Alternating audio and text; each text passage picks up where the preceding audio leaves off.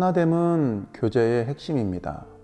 어제 우리가 함께 살펴보았던 관계를 지켜야 하는 이유도 바로 하나 되기 위함입니다. 관계가 깨어지면 절대 하나 될 수 없습니다.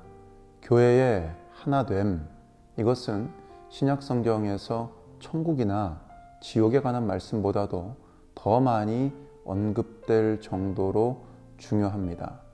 하나님께서는 삼위일체로 완벽한 하나됨의 모범을 보이시고 우리가 서로 하나됨과 조화를 경험하기를 원하십니다. 교회의 하나됨을 수호하는 것, 이것이 바로 우리의 사명입니다. 우리는 하나됨을 가로막고 교회에 치명적 손실을 입히는 분열, 갈등, 부조화를 멀리함으로 하나됨을 지키고 교제를 보호하며 서로 간의 조화를 위해 할 수 있는 모든 일을 할 것을 주님으로부터 위임받았습니다. 평안에 매는 줄로 성령의 하나 되게 하신 것을 힘써 지키기 위해 우리는 어떻게 해야 하는가? 오늘 우리는 이에 대한 해답을 성경을 통해 찾아보겠습니다. 첫 번째, 서로의 차이점이 아닌 공통점에 집중해야 합니다. 하나님은 우리에게 각각 다른 인격, 배경, 인종, 취향을 허락하셨습니다. 이 차이를 우리는 소중히 여기고 누려야 합니다. 하나님이 우리에게 원하시는 것은 획일성이 아닙니다. 하나됨입니다. 만약 우리가 우리의 다름, 인격이나 취향, 스타일이나 방법에 집중하면 하나됨이 아니라 획일화를 향해 가게 될 것입니다. 획일화가 아닌 하나됨을 위해 우리는 공통점에 집중해야 합니다. 우리는 하나님의 자녀이고 서로 사랑해야 하는 하나님의 목적에 이끌려 살아가는 자들입니다. 우리가 이 공통점에 집중하면 성령께서는 반드시 우리가 합력하여 선을 이루도록 인도해 주실 것입니다. 두 번째, 현실적인 기대를 해야 합니다. 교회 내에는, 아니, 우리 모두에게는 이상과 현실의 괴리가 존재합니다. 이 괴리에 대한 균형이 우리에게는 필요합니다. 비판을 일삼으면서 이상만을 추구하는 것은 성숙하지 못한 모습입니다. 이상에 대한 노력 없이 현실에 안주하는 것은 자기 만족일 뿐입니다. 성숙함이란 둘 사이의 긴장 속에서 성장하는 것입니다. 우리는 이상을 이루기 위해 우리에게 필요한 것 또 부족한 것이 무엇인지 정확하게 인식해야 합니다. 그리고 아직은 그런 모습이 되지 못하고 있는 공동체와 일원들을 비판하기보다는 내가 먼저 본을 보이고 문제를 해결하기 위해 애를 써야 합니다. 명심해야 합니다. 교회는 부족한 죄인들이 모이는 곳입니다. 참여하고 기여하는 것보다 한 발짝 뒤로 물러나 비판하는 것이 항상 더 쉽습니다. 누군가가 말했듯이 믿는 사람들이 모인 공동체 자체보다 공동체에 대한 자신의 꿈을 더 사랑하는 사람은 반드시 그 공동체를 파괴하게 됩니다. 세 번째, 두 번째와 연결되는 것인데 우리는 비판하기보다는 격려하는 자가 되어야 합니다. 대부분의 비판은 결국 불평으로 연결됩니다. 그래서 비판은 우리에게서 감사를 빼앗아 갑니다. 우리는 비록 부족하지만 하나님께서 우리에게 공동체와 지체들을 허락해 주심에 감사할 수 있어야만 합니다.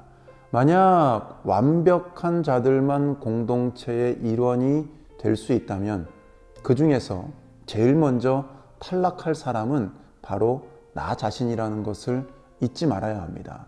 하나님은 우리의 현재가 아닌 변화될 모습을 계획하시고 지금도 우리를 변화시키고 계십니다.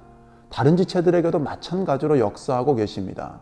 우리는 하나님께서 완전하게 변화시킬 그들의 모습을 기대하며 격려하는 자가 되어야 합니다.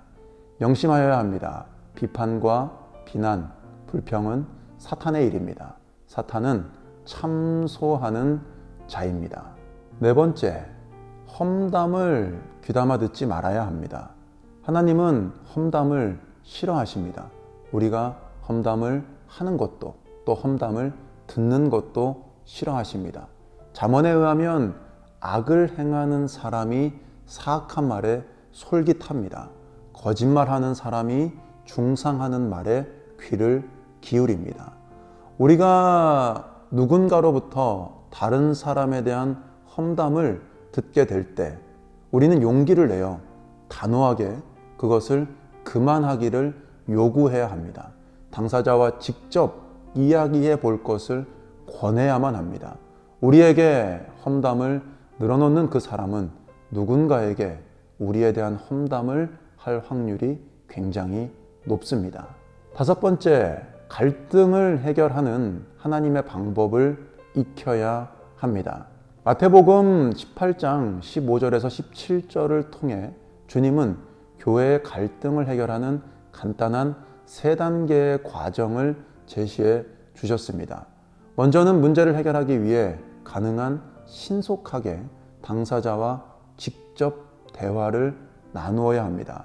만약 단 둘이 문제를 해결할 수 없으면 그 문제를 확인하고 관계를 해결하기 위해 몇몇 사람의 도움을 받아야 합니다. 그래도 상대방이 고집을 부리면 교회에 알려야 하고, 그래도 그 사람이 계속 거부한다면 그 사람을 우리는 믿지 않는 사람처럼 대해야 합니다. 그 사람을 포기하라는 것이 아닙니다. 불신자처럼 대해야 다시 처음부터 그에게 복음을 전하고 전도할 수 있기 때문에 그리하라고 하시는 것입니다.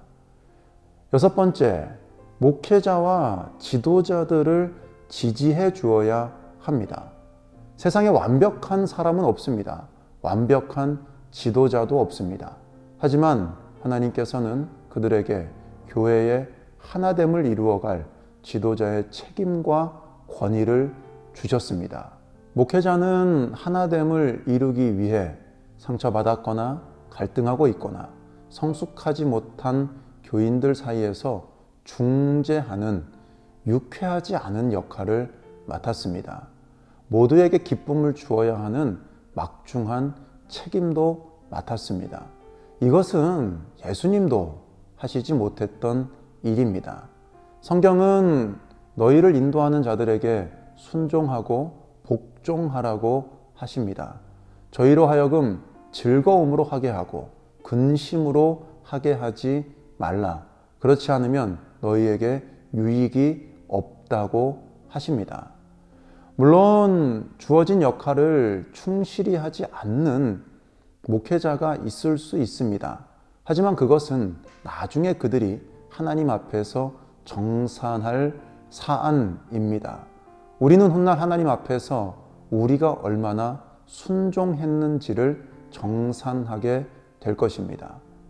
우리는 우리를 영적으로 인도하고 섬기는 지도자들을 존중하고 존경하며 교회를 수호해야 합니다. 교회가 하나되게 협력해야 합니다. 하나님은 하나된 교회에 복을 주십니다. 우리 교회의 하나됨을 이루고 지키고 또 보호하기 위해 나는 무엇을 하고 있으며, 또 오늘 살펴본 6가지의 모습 중 나에게 부족한 모습은 어떤 것이었는지를 생각해 보실 수 있기를 바랍니다. 오늘 하루 우리 교회를 조금 더 따뜻하고 사랑 넘치는 하나 되는 모습으로 이루어가기 위해 하나님 앞에서 최선을 다하고 영광 돌려드리는 우리 모두가 되시기를 바랍니다. 오늘 하루 우리 교회를 조금 더 따뜻하고 사랑 넘치는 모습으로 이루어가기 위해 하나 되는 우리 모두가 되시기를 바랍니다.